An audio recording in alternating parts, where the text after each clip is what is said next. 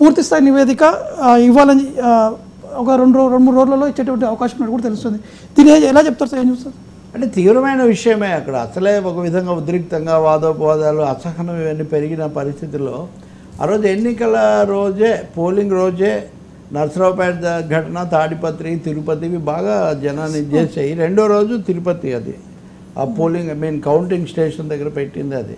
So దీని మీద ఇద్దరు ఒకరి మీద ఒకరు ఆరోపణలు చేసుకున్నారు. తెలుగుదేశం వాళ్ళకి అనుకూలమైన మీడియానేమో పూర్తిగా ఇది వైసీపీ వాళ్ళు చేశారని, అన్నీ ఇట్లాగే ఇది కూడా. కానీ అక్కడ ఘర్షణలు లేకపోతే దాడులు ఇవన్నీ కూడా అయిన తర్వాత దీనికి బాధ్యత ఎవరిది అని తేల్చడంలో కొంచెం జాప్యం జరిగింది. జరగడమే కాదు, వాదనలు కూడా.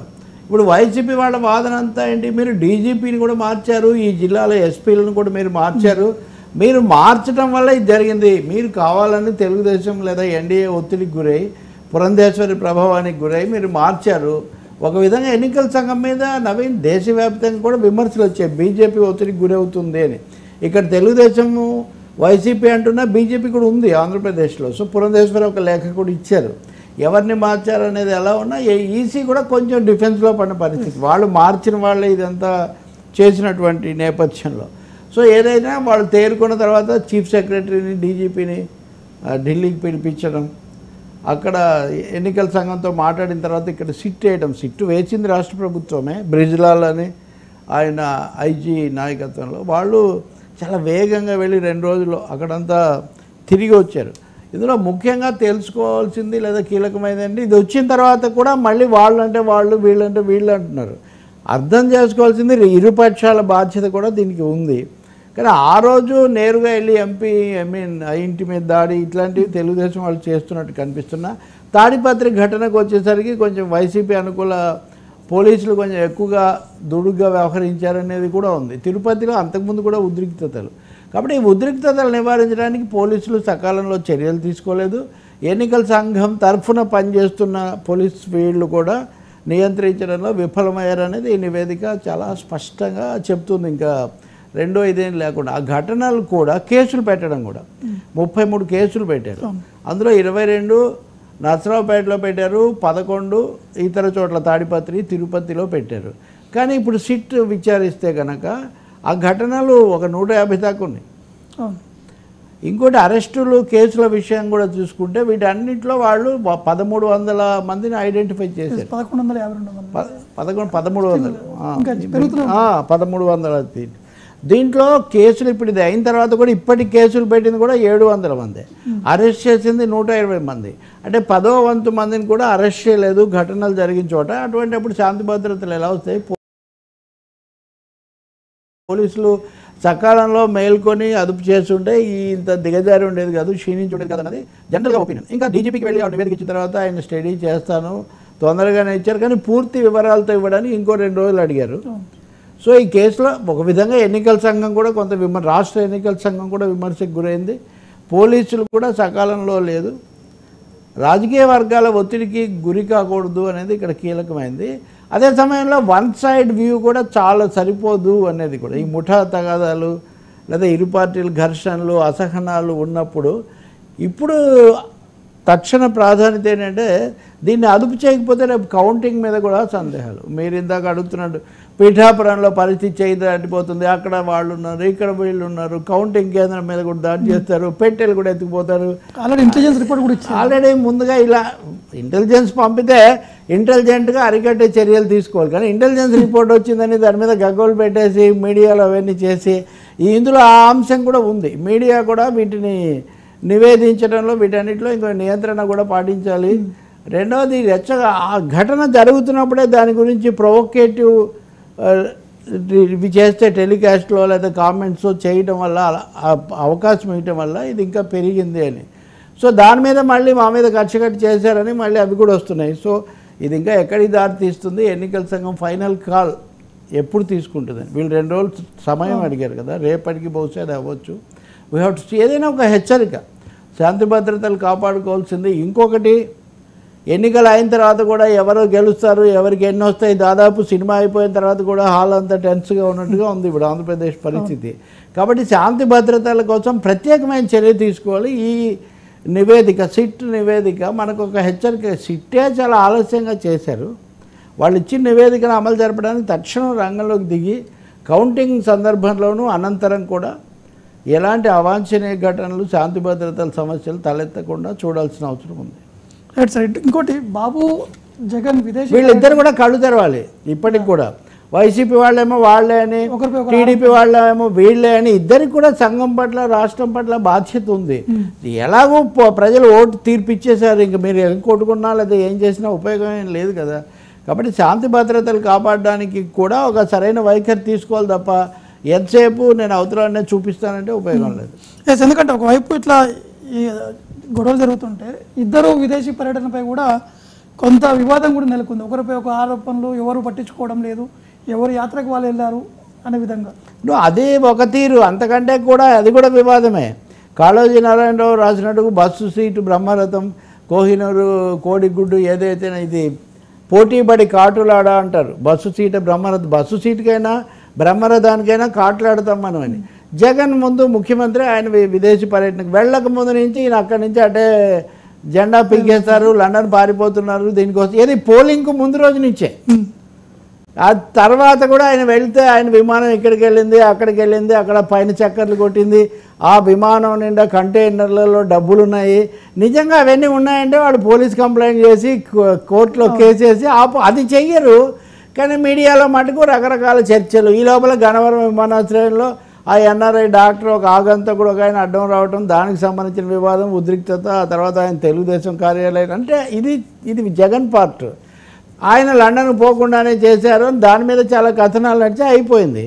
జగన్ ఇంకా అక్కడ ఉన్నాడు. ఆయన ఇంత లోపల చంద్రబాబు వెళ్ళాడు. సరే, చంద్రబాబు, పవన్ కళ్యాణ్, షర్మిల, లోకేష్ అందరు విదేశాలకు వెళ్ళారు రకరకాల పద్ధతులు. పవన్ ఎక్కడికి ఏ దేశానికి వెళ్ళారు నాకు తెలియదు. కానీ ఇప్పుడు వీళ్ళందరూ కూడా ఎవరి డెస్టినేషన్స్ ఏంటో ఎవరికి తెలియదు. వాళ్ళు సేఫ్టీ కోసం చెప్పలేదా మనకు తెలియదు. జగన్ డెస్టినేషన్ అయితే క్లియరే. కానీ అదే సమయంలో ఇప్పుడు చంద్రబాబును పట్టుకుంది వైసీపీ మీడియా. ఆయన అమెరికా వెళ్ళలేదు, ఇటలీ వెళ్ళాడు అని. వెళ్ళాడా లేదా ఈ దేశాలు? ఇప్పుడు దేశాల్లో విమానాల్లో వెళ్ళడం అన్న తర్వాత దానికి కొన్ని రూల్స్, రెగ్యులేషన్స్, క్లియరెన్సెస్, అఫీషియల్ పత్రాలు అవన్నీ ఉంటాయండి. అదేదో ఆయన ఆకాశంలో ఎగిరాడు, ఈయన కంటైనర్లు తీసుకుపోయాడు, ఆయన సముద్రంలో దూకాడంటే ఇవన్నీ జరగవు కదా. ఇప్పుడు ఒకరినొకరు అవమానించుకొని, అనుమానించుకొని ఏదైనా ఉంటే మీరు స్పెసిఫిక్గా చంద్రబాబు విషయంలో ఏంటి, ఆయన మీద స్కిల్ స్కామ్లో ఉన్నారు, ఆయన ఇమిగ్రేషన్ అధికారులు ఆపారు. ఆపితే అప్పటికప్పుడు ఎమర్జెన్సీ పర్మిషన్ తీసుకొని బయలుదేరాడు. కానీ ఇంకా ఆయన మీద సమస్యలు ఉన్నాయి. కానీ ఏంటంటే ఆయన దుబాయ్ నుంచి అమెరికా వెళ్ళాడని మా దగ్గర గ్యారంటీ లేదు, ఆయన ఇటలీ వెళ్ళాడని వీళ్ళ ఆరోపణ. ఆయనేమో నెదర్లాండ్స్ వెళ్ళాడు మధ్యలోని వీళ్ళ ఆరోపణ అయితే. కాబట్టి విదేశీ పర్యటన, ఎన్నికలు పోలింగ్ అయిన తర్వాత ఎవరైనా 4 రోజులు బ్రేక్ తీసుకుంటారు. అప్పుడు ఎవరితోనో ఒకరితో మాట్లాడతారు, కలుస్తారు. కానీ అవన్నీ నిషిద్ధమా, తప్పైతే మీరు పోలీసులకు చెప్పండి. తప్పైతే మీ దగ్గర ఆధారాలు ఉంటే మీరు కేసు వేయండి. కానీ పబ్లిక్ డొమైన్లో ఈ వృధాగా చర్చలతో కాలం వృధా చేసి ఇప్పుడు మీరు చేసిన మొదటి చర్చ ఏంటి, శాంతి భద్రతలు, వాతావరణం, ఇలాంటి వాటి వల్ల మరింత ఉద్రిక్తత పెరుగుతుంది కదా. ఆయన ఒక మాట అంటే ఈయన ఒక మాట అంటే. సో ఇది ఒక వార్నింగ్గా తీసుకోవాల్సిన అవసరం ఉంది. అలాగే ఆ పార్టీలు కూడా క్లారిటీ ఇచ్చేస్తే అయిపోతుంది కదా. ఇదేం లేదు, మాది ఇది ఇలా స్పష్టంగా ఉంది, పలానా చోట ఉన్నాడని. పెంచుతున్నటువంటి ఒక పరిస్థితి నుంచి కూడా బయటికి రావాలి. మూడోది ముఖ్యమైనది, మేం చేస్తేనేమో అది మామూలు, అవతరాలు చేస్తే మటుకు అది తప్పు అనే ధోరణి నుంచి బయటికి రావాల్సి ఉంది. మీరు విదేశీ పర్యటనకు వెళ్తే అంటే వాళ్ళు వెళ్తే అంతే, అంతేగాని అక్కడి నుంచి అక్కడికి పారిపోయేటంత పరిస్థితి. మీరు ఇందాక కామెంట్స్ కూడా 1 తారీఖు తర్వాత వస్తారో రాదో తెలియదు అనే నేను చెప్తాను. జగన్ కానీ చంద్రబాబు కానీ వస్తారు, రాజకీయాలు చేస్తారు. వాళ్ళ పార్టీలు, వ్యవస్థలు, రాజ్యాలు ఉన్నాయండి వాళ్ళకు. పారిపోవడానికి వాళ్ళు ఏమైనా సన్నాసులా లేదా బుక్క పక్కిళ్ళ మనలాగా ఏమి తాడు బంగారం లేని వాళ్ళు కాదు కదా. వాళ్ళకి పెద్ద వ్యవస్థలు ఉన్నాయి, వాళ్ళే వ్యవస్థలు ఆ మాటకు వస్తే. అటువంటిది ఊరికి ఇంత బాధ్యతారహితంగా ఆశాభాషిగా మాట్లాడడం అనేది దురదృష్టకరం. అంటే పులి స్టాప్ అనేది అక్కడి నుంచి రావాలి, కానీ ఇక్కడ రెట్టింపు ఇంకా పెంచుతున్నారు. ఫుల్ స్టాప్ పెట్టాల్సింది పోయి రెట్టింపు పెంచడం. వాళ్ళ ఆ కథలు, వీళ్ళ ఈ కథలు.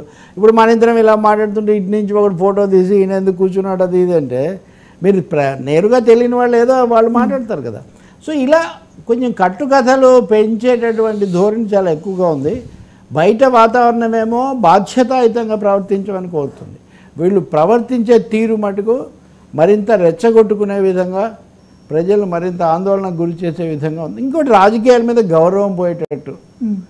అంటే ఇంక మన ముఖ్యమంత్రులు, ప్రధానమంత్రులు ఎక్కడికంటే అక్కడికి పారిపోతారు, ఇంక వాళ్ళకేం కంట్రోల్ లేదు అన్నట్టుగా అంటే ఎలా కుదురుతుందండి? ఎవరో ఒక లలిత్ మోడీతోనో విజయ్ మాల్యాతోనో పోలిస్తే ఒక ఆయన ఎవరో పెడుతున్నాడు, విజయ్ మాల్యా ఈయన ఒకటే చోటు ఉంటారని ఉంటే అదే నేను చెప్పేది. ఒక హోటల్లో దిగుతాం, ఆ హోటల్లో అంతమంది ఎవడో బుక్ చేసుకున్నాడో ఏంటో, వాడు మనకేం లిస్ట్ ఇవ్వడు కదా. నేను ఎవరిని సమర్థించట్లేదు, కానీ ఇద్దరిని కూడా ఈ బాధనలు, ఈ ధోరణి మానేసి మీరు ఉన్నట్టు ప్రజలకు కూడా చెప్పండి. రహస్యంగా వెళ్ళడం ఎందుకు?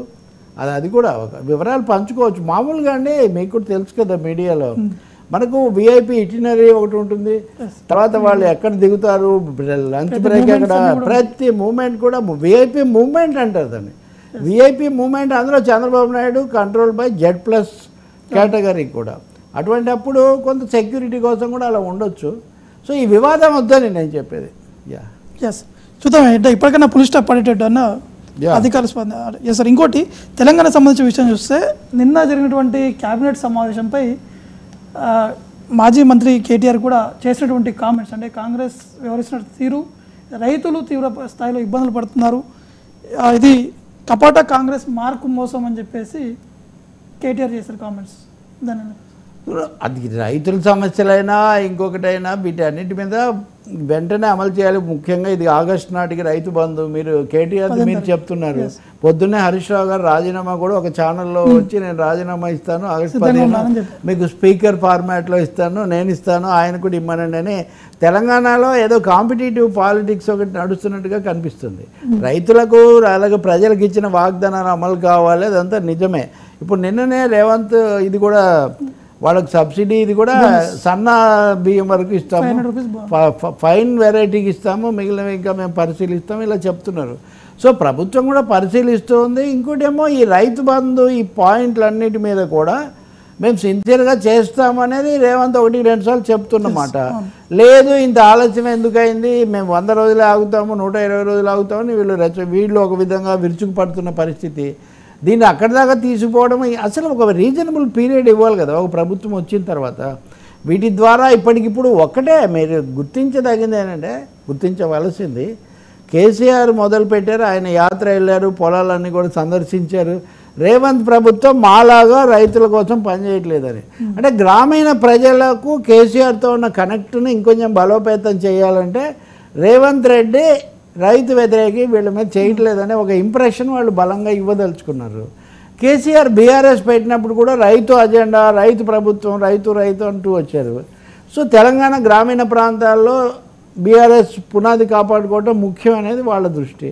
సరే, దానితో నీళ్లు, కాళేశ్వరం దాని మీద వచ్చినటువంటి సమస్య, అనేక రైతు సమస్యలు వరుసగా రావటం, వ్యవసాయ సమస్యలు రావడంతో దాన్ని ఎక్కువగా స్ట్రెస్ చేస్తున్నారు. కానీ నేను అనుకోవటం ఈ దేశంలో రైతాంగ ఉద్యమం అవన్నీ కూడా జరిగిన తర్వాత ఈ రైతు బంధులు, ఈ నేపథ్యాలు తెలిసిన రేవంత్ రెడ్డి కానీ ఇంకెవరైనా వాళ్ళని చెడ్డ చేసుకుంటారని, ఆ విషయంలో వెనక్కిపోయే ఛాయిస్ కూడా ప్రభుత్వానికి ఏం లేదు. వాళ్ళు ఇచ్చిన గ్యారంటీలేవో అవన్నీ అమలు చేయాల్సింది. బట్ మినిమం టైం, ఎందుకంటే ఇప్పుడు ఎన్నికల కోడ్ ఉండే, దాని తర్వాత మళ్ళీ ఇప్పుడు లోకల్ బాడీ ఎలక్షన్స్, అది కూడా అండి. ఎన్నికల సంఘం కూడా చాలా విచక్షణ రహితంగా వ్యవహరిస్తుంది. దాని మీద విమర్శలు ఏపీలో కూడా ఇందాక సిట్ వేసి ఇవన్నింటిలో కూడా ఎన్నికల సంఘం పాత్ర కూడా ఉంది. వాళ్ళు ఎందుకు సమర్థంగా వేయలేదు?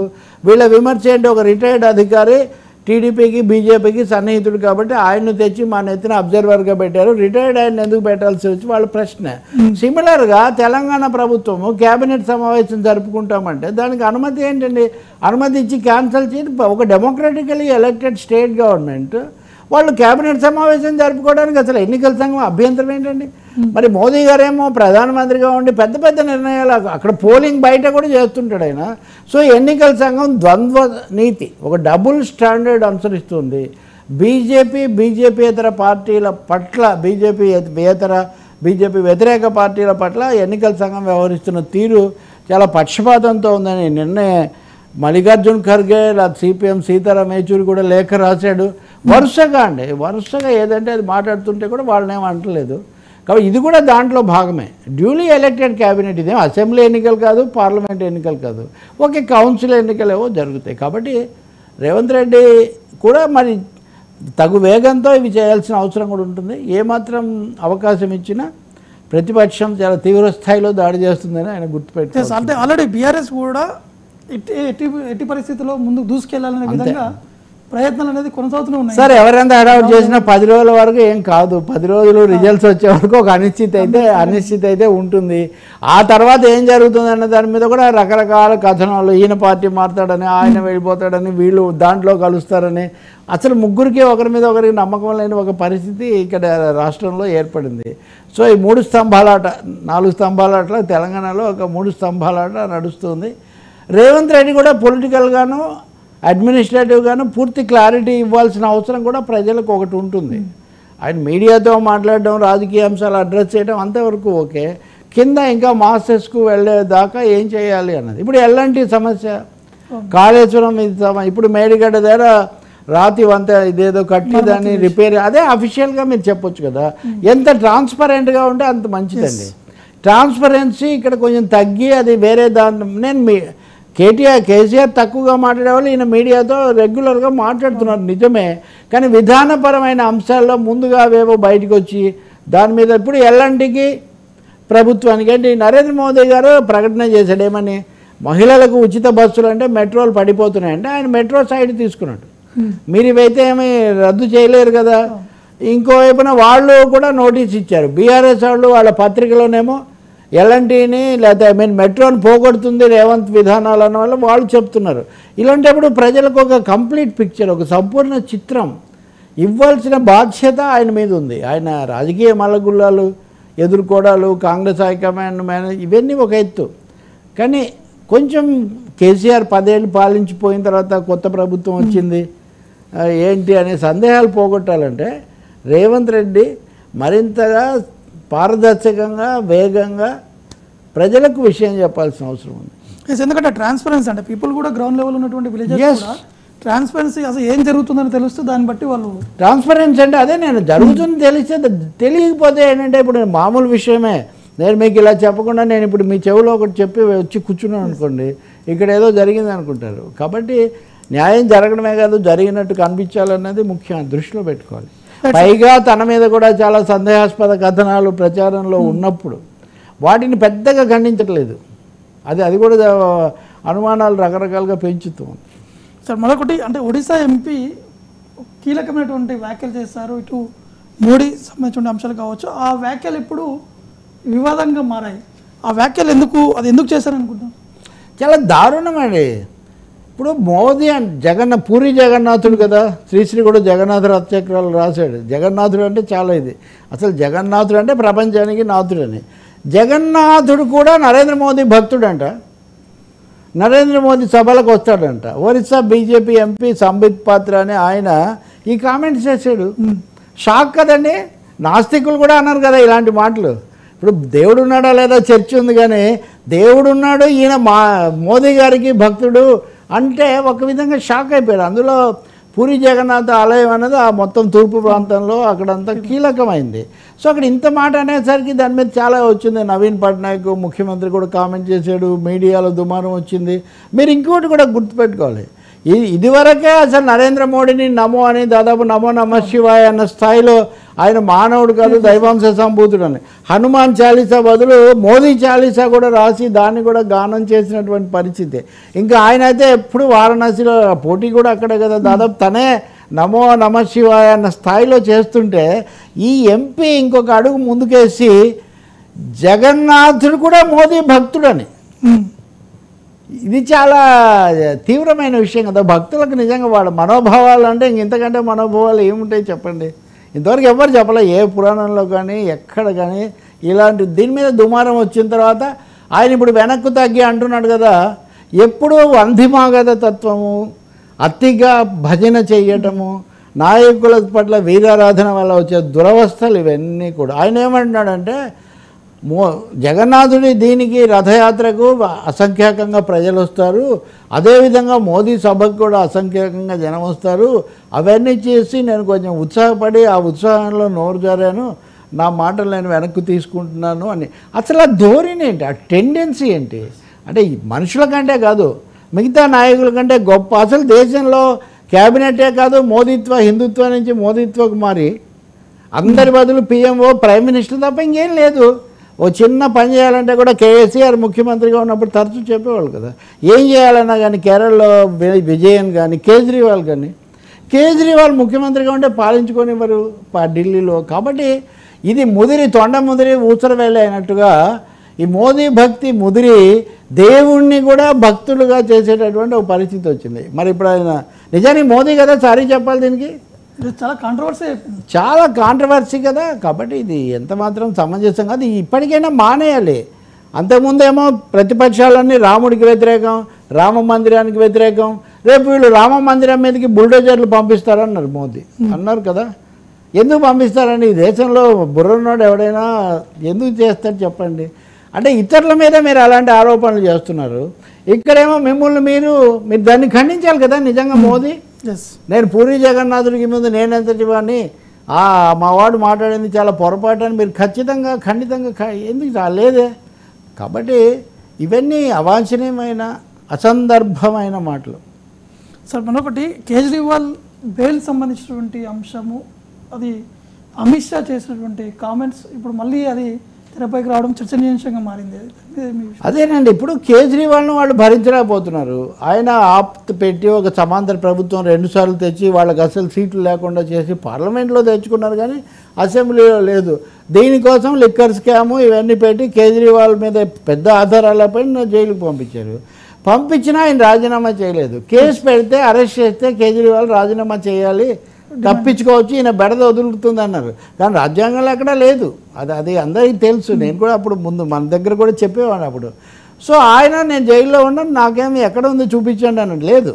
సో ఆయన అక్కడే కొనసాగడం. అదైన తర్వాత ఎన్నికలు వస్తే ఆయన సవాల్ చేశాడు, నేను డెమోక్రాటిక్ రాజ్యాంగం ప్రకారం నా పార్టీ తరఫున ప్రచారం చేసుకోవాలి, నేను నాయకుడిని, నాకు బెయిల్ ఇవ్వండి అని అడిగాడు ఆయన. సుప్రీంకోర్టు పరిశీలించి బెయిల్ ఇచ్చింది. నువ్వు బయటికి వెళ్ళి ముఖ్యమంత్రిగా చేయొద్దు, కానీ పార్టీ తరఫున ప్రచారం చేసుకోవాలనే హక్కు నీకు ఉంది అన్నారు. ఆయన బయటికి వచ్చి నన్ను ఇలా అన్యాయంగా జైల్లో పెట్టారు, మీరందరూ మా పార్టీని గెలిపిస్తే నేను బయటకు వస్తాను, నేను జైలుకి వెళ్ళే పని ఉండదు అన్నాడు. ఇప్పుడు అమిత్ షా ఏమంటాడంటే ఆయన ఇంటర్వ్యూలలోనూ అలాగే భువనేశ్వర్లో ఉపన్యాసం, ఇందాక ఒరిస్సా అన్నారు కదా, భువనేశ్వర్లో ఉపన్యాసం ఇచ్చినప్పుడు వీటన్నిటిలో కూడా కేజ్రీవాల్ బయటకు వచ్చాడు, కానీ ఆయనకు సుప్రీంకోర్టులో ఆయనకు ఏదో ప్రత్యేకంగా స్పెషల్ ట్రీట్మెంట్ ఏదో లభించిందని, ఆ ఇచ్చిన తీర్పు నాట్ ఏ రొటీన్ జడ్జిమెంట్, అది మామూలు జడ్జిమెంట్ కాదు, ఏదో అసాధారణంగా వచ్చాడని భావిస్తున్నారు అని కామెంట్ చేశాడు. సుప్రీంకోర్టు తీర్పు మీద ఎవరు సాధారణంగా కామెంట్ ఉద్దేశాలు ఆపాదించకూడదు కదా. అంటే తప్పు పట్టవచ్చు, కానీ స్పెషల్ ట్రీట్మెంట్ అని అనడం అనేది అభ్యంతరకరమైంది. వాళ్ళు ఇంకా ఆ కేసు నిన్న విచారించే క్రమంలో ఈ విషయం వాళ్ళ ముందు ప్రస్తావనకు వచ్చినప్పుడు వాళ్ళు మేమేమీ ప్రత్యేకంగా కాదు, మామూలుగానే మేము జడ్జిమెంట్ ఇచ్చాము, మా ఉత్తర్వు చాలా క్లియర్గా ఉంది, మీరు గెలిపిస్తే నేను జైలుకి వెళ్ళే పని ఉండదని ఆయన ఏ ఉద్దేశంలో అన్నారో మాకు తెలియదు, కానీ మా ఉత్తర్వు ప్రకారం జూన్ 1వ తారీఖున ఆయన జైలుకి రావాల్సిందే అని వాళ్ళు చెప్పారు.